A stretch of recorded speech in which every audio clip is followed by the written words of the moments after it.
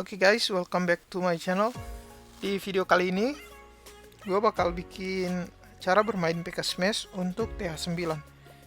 Jadi ini komposisi pasukannya ya. Oke, untuk base yang pertama ini, pastinya kita selalu nge-start dulu dengan Queen Charge. Nah, fungsi Queen Charge-nya itu untuk ngebentuk funnel buat pasukan PK Smash-nya nanti. Gitu. Jadi jangan lupa nurunin satu balon buat ngecek Seeking Air Mine yang mana memang tadi ada di situ. Setelah itu kita tungguin dulu queennya bakalan jalan kemana. Nah, kalau misalnya queennya jalurnya udah jelas, berarti kita siapin funnel buat pasukan PK-nya. Di sini gue turunin Barbarian King dulu, kemudian 2 wall breaker di situ. Setelah itu gue bakalan wall break lagi. PK-nya gue turunkan, wall break lagi. Nah, ketika pasukannya udah fix masuk ke bagian dalam kompartemen, seharusnya di sini healernya switch ya. Kalau misalnya pasukan kita mau bertahan lama, harusnya itu healernya pindah ke PK biar pasukan kita lebih kuat. Tapi dalam kasus ini healernya nggak mau pindah. Nah, fungsi Hawk di sini itu untuk flanking defense yang nggak dijangkau sama pasukan utama. Gitu. Nah, healer spell heal-nya itu bisa nge-heal sekalian pasukan PK-nya sama Hawk Rider-nya. Gitu.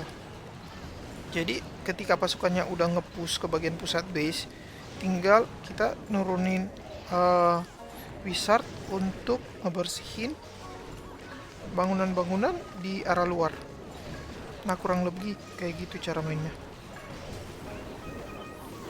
Ini bisa dipakai aja atau bisa disimpan aja.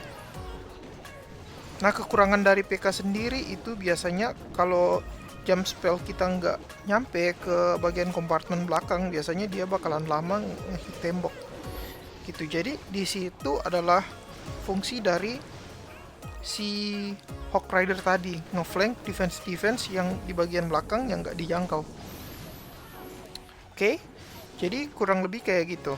Nah, kita lanjut ke replay selanjutnya.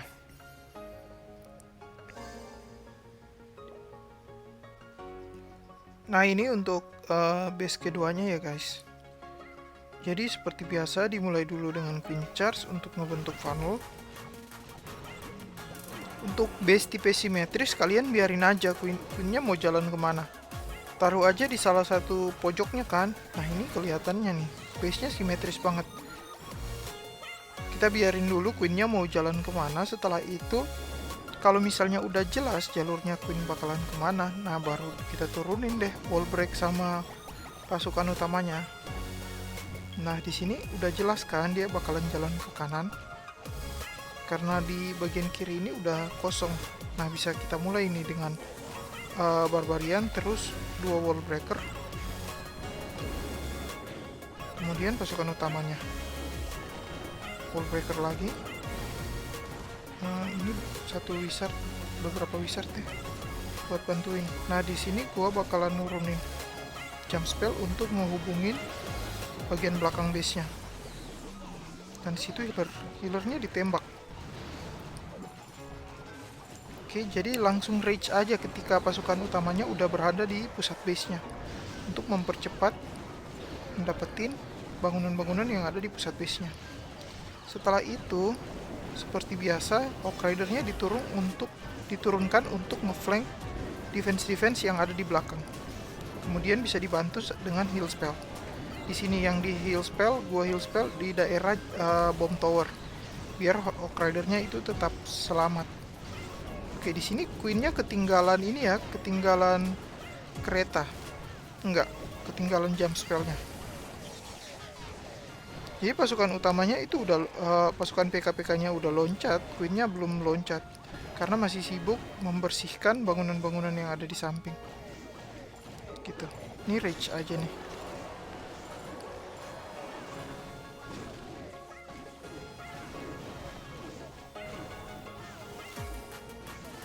Nah, untuk replay kedua ini, kenapa pasukannya habis? Karena healernya itu nggak pindah.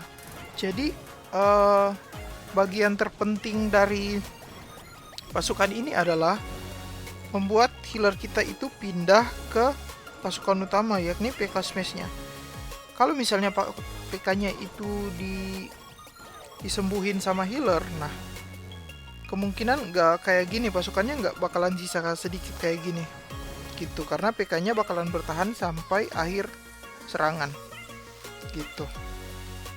Nah, ini base selanjutnya. Nah, jadi timbul pertanyaan kan dari teori tadi bahwa healernya itu harus pindah. Gimana cara mindahinnya? Cara mindahinnya itu Queen kita nggak lagi ditembak sama defense, terus PK kita itu yang lagi ditembak sama defense. Nah, itu cara bikinnya gimana? Jawabannya hanya ada di freeze spell. Jadi ketika Queen kita nggak ditembak, otomatis healer itu bakalan cari unit. Waduh, salah pencet. Healer itu bakalan nyari unit yang sementara ditembak gitu. Nah, kingnya nggak masuk ya. Kingnya nggak jalan terus. Oke, nggak apa-apa. Cara bikinnya gimana? Tinggal kita freeze. Ketika Queen kita nggak ditembak, healernya otomatis pindah. Nah, kelihatan kan? Gitu. Jadi cara mindahin healernya itu hanya dengan di freeze defense yang lagi nembak Queen kita. Tinggal healernya pindah, terus kita turunin deh itu si pasukan flankingnya. Jadi dia bakalan ngeflank defense yang ada di bagian belakang. Dan bisa dilihat tadi healer gua itu ngeheal PK yang ada di sini. Tapi ketika PK ini nggak dihit lagi, healernya pindah lagi ke arah Queen karena Queen yang lagi ditembak gitu. Jadi cara mindahin healernya itu adalah nge-freeze defense yang lagi nembak Queen kita, sehingga healernya itu bisa nge-switch ke arah pasukan utama, yaitu PK Smash tadi. Oke, jadi kurang lebih kayak gitu. Oke, mungkin itu aja untuk video kali ini. Kalau kalian suka, jangan lupa like dan subscribe. Dan kalian bisa request konten selanjutnya dengan cara komen di kolom komentar. Oke, sampai jumpa di video-video selanjutnya. See you guys.